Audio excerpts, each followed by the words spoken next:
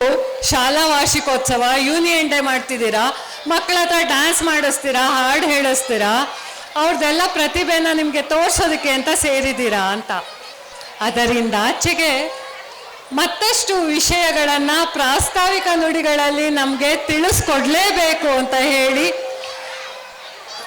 ಪ್ರಬುದ್ಧ ಪ್ರತಿಷ್ಠಾನದ ಫೌಂಡರ್ ಹಾಗೂ ಅಧ್ಯಕ್ಷರಾದ ಶ್ರೀಯುತ ಗೋಪಾಲಕೃಷ್ಣ ಅವಧಾನಿಗಳು ದಯವಿಟ್ಟು ವೇದಿಕೆಗೆ ಬರಬೇಕು ಅಂತ ಕೇಳ್ಕೊತೀನಿ.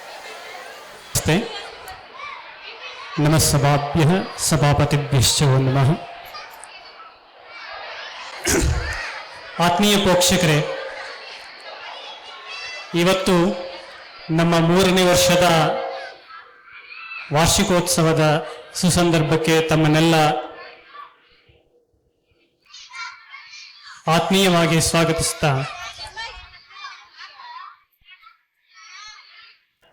ಇವತ್ತು ನಾನು ವೇದಿಕೆ ಮೇಲೆ ಕೂತ್ಕೊಳ್ಳಿಕ್ಕೆ ಅವಕಾಶ ಆಗ್ತಾ ಇಲ್ಲ. ಕಾರಣ ಏನಂದ್ರೆ, ಯಾವುದೋ ಒಂದು ದೂರದ ಅಶೌಚ ಬಂದಿದೆ.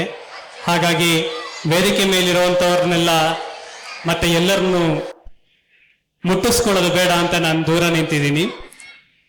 ಪ್ರಾಸ್ತಾವಿಕ ನುಡಿಯನ್ನ ನನಗಾಗಿ ಮೀಸಲಿಟ್ಟ ನಮ್ಮ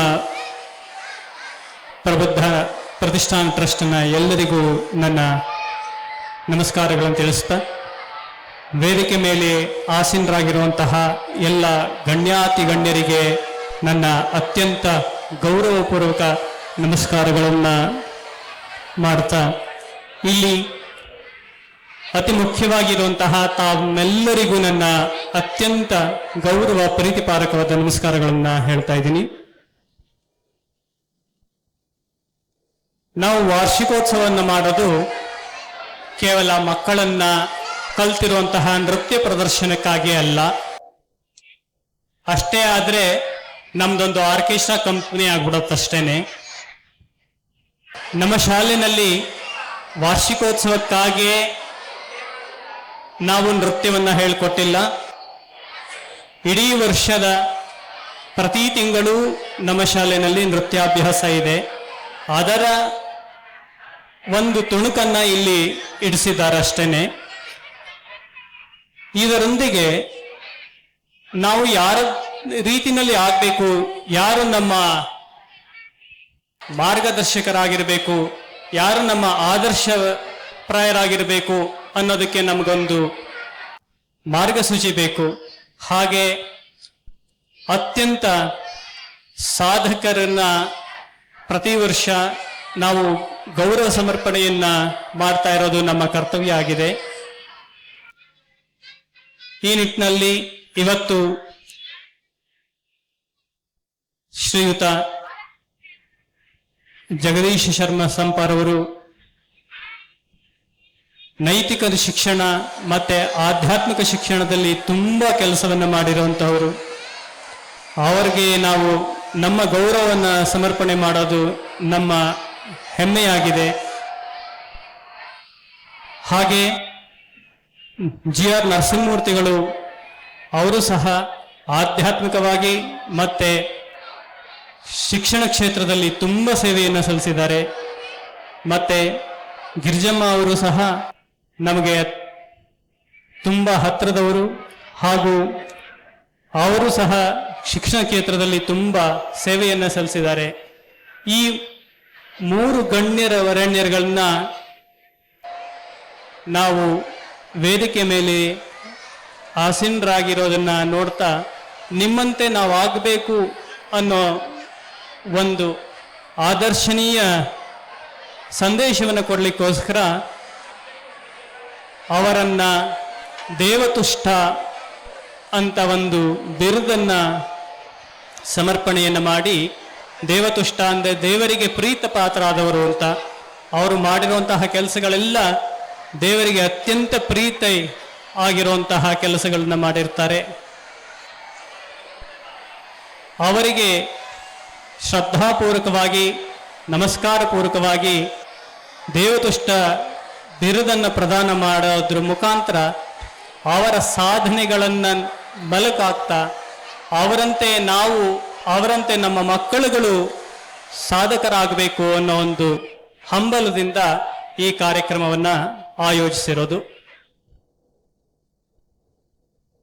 ಈ ಸಂದರ್ಭದಲ್ಲಿ ನಾನು ಇನ್ನೊಂದು 5 ನಿಮಿಷ ಸಮಯವನ್ನು ಜಾಸ್ತಿ ತಗೋತೀನಿ.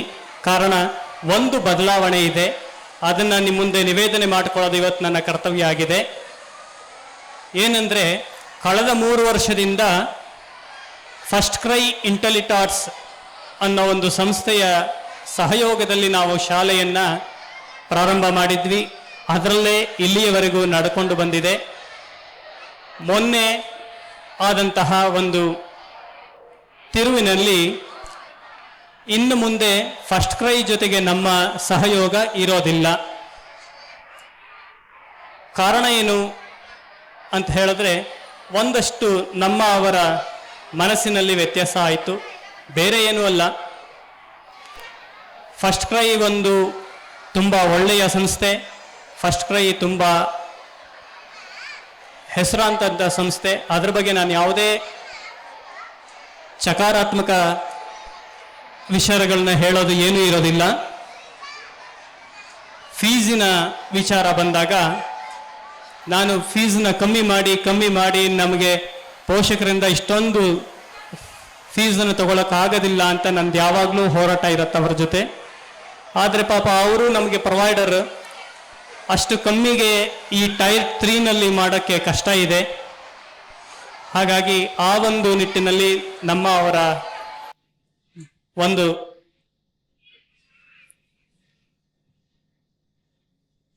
ಹೆಚ್ಚು ಫೀಸನ್ನು ನಾವು ಪೋಷಕರಿಂದ ತಗೊಳ್ಳೋಕ್ಕಾಗೋದಿಲ್ಲ ಅನ್ನೋ ವಿಚಾರದಲ್ಲಿ ಬ್ರೇಕಪ್ ಆಯಿತು, ಹಣದ ವಿಚಾರದಲ್ಲಿ.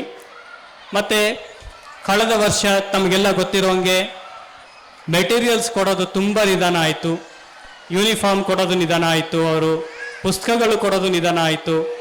ಇದರ ಬಗ್ಗೆ ನಾವು ಒಂದಷ್ಟು ಹೇಳಿದಾಗ ಇದಕ್ಕೆಲ್ಲ ಅಡ್ಜಸ್ಟ್ ಮಾಡ್ಕೋಬೇಕು ಅನ್ನೋ ಮಾತು ಬಂತು. ಆ ಒಂದು ಡಿಸಿಪ್ಲಿನ್ ಇಲ್ಲದೆ ಹೋದ್ರೆ ನಾವು ಮುಂದುವರಿಯೋಕ್ಕಾಗೋದಿಲ್ಲ ಅನ್ನೋ ಮಾತನ್ನು ಸಹ ಹೇಳಿ ಇದನ್ನು ಬಿಡಿಸಿರ್ತೀನಿ. ಇದೆಲ್ಲದಕ್ಕಿಂತ ಮುಖ್ಯ ವಿಚಾರ ಅಂದರೆ, ಇವತ್ತು ನಾವೇನು ತಗೋತಾ ಇದ್ದೀವಿ 30,000 ರಿಂದ 40,000 ರೂಪಾಯಿ ಫೀಸು ಎಲ್ಲರಿಗೂ ಕೊಡೋದಕ್ಕೆ ಆಫರ್ಡಬಲ್ ಅಲ್ಲ. ಹಾಗಾಗಿ ನಾನು ಮತ್ತೊಂದು ಶಾಲೆಯನ್ನು 20,000 ರಿಂದ 25,000 ಶಾಲೆಯನ್ನು ಪ್ರಾರಂಭ ಮಾಡಬೇಕು.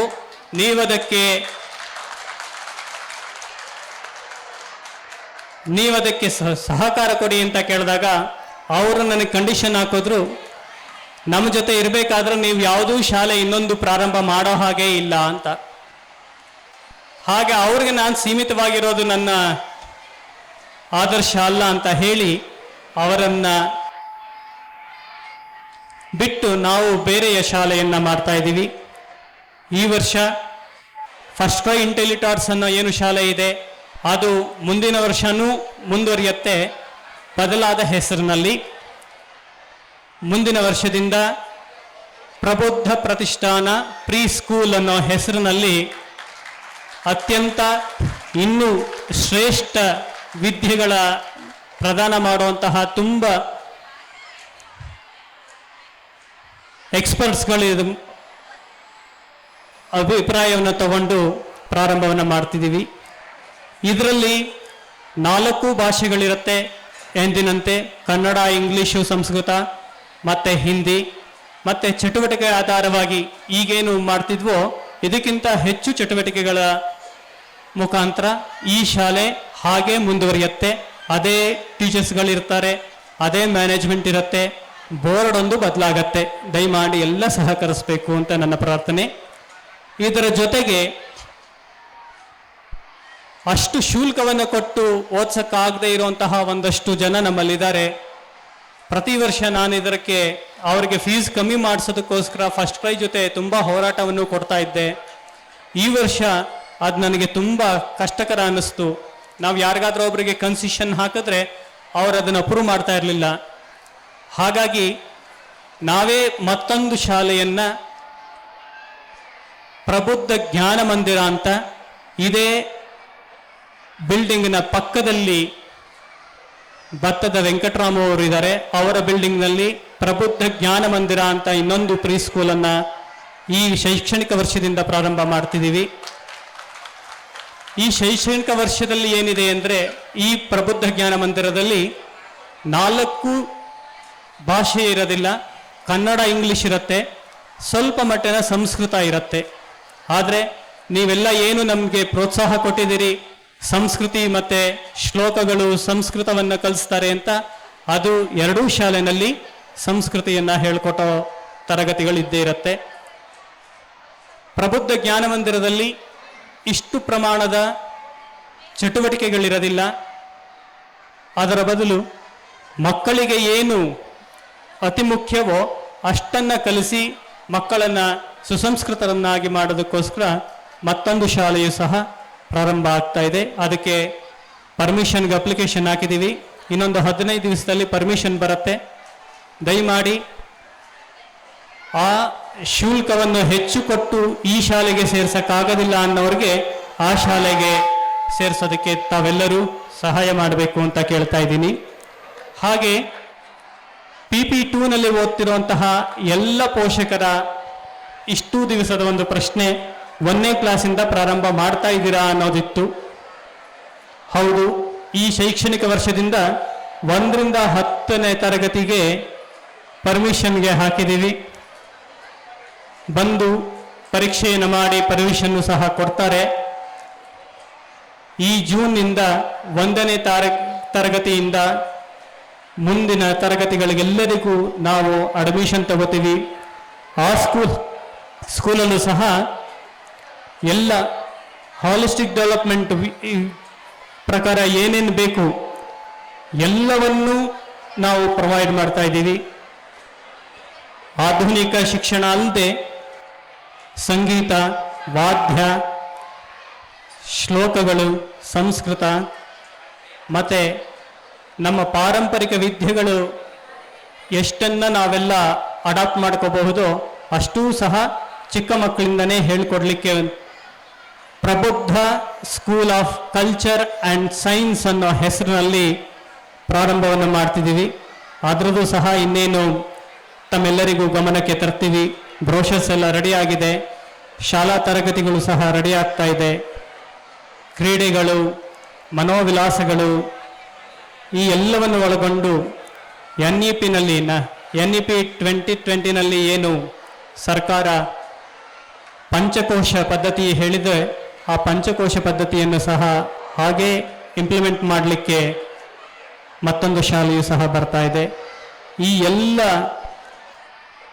ಶಾಲೆಗಳಿಗೆ ನಿಮ್ಮ ಸಹಕಾರ ಅತ್ಯಮೂಲ್ಯವಾಗಿದೆ.